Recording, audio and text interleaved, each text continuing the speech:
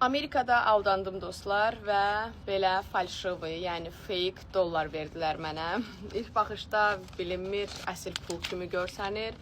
Amma daha sonra banka getdim ki, bunları kartıma qoysunlar. Orada mənə dedilər ki, bu 150 dollar əslində fake-dir. Bizim maşınımız var idi, Dodge markalı maşın var idi və onu satmaq istəyirdik neçə vaxt artıq. Və artıq qərara gəldim ki, onun şəkillərini çəkək, Facebookda qoyaq, Marketplace, Amerikada çox məşhurdur.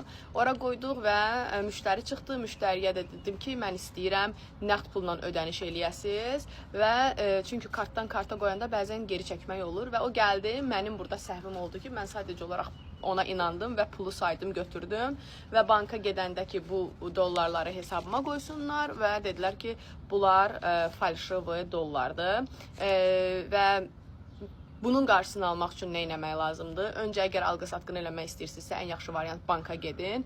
Növbəti bir məsələ isə üzərinizdə fake dolları müəyyən eləyən karandaş olsun. Çəkdiyiniz an, əgər qələm narıncı rəngdədirsə, deməli bu dollar həqiqi dollardır. Yox, əgər qara rəngə, tünd qəhvəyi rəngə dönürsə, deməli bu fake dollardır. Diqqətli olun, sizin də başınıza belə bir şeylər gəlməsin.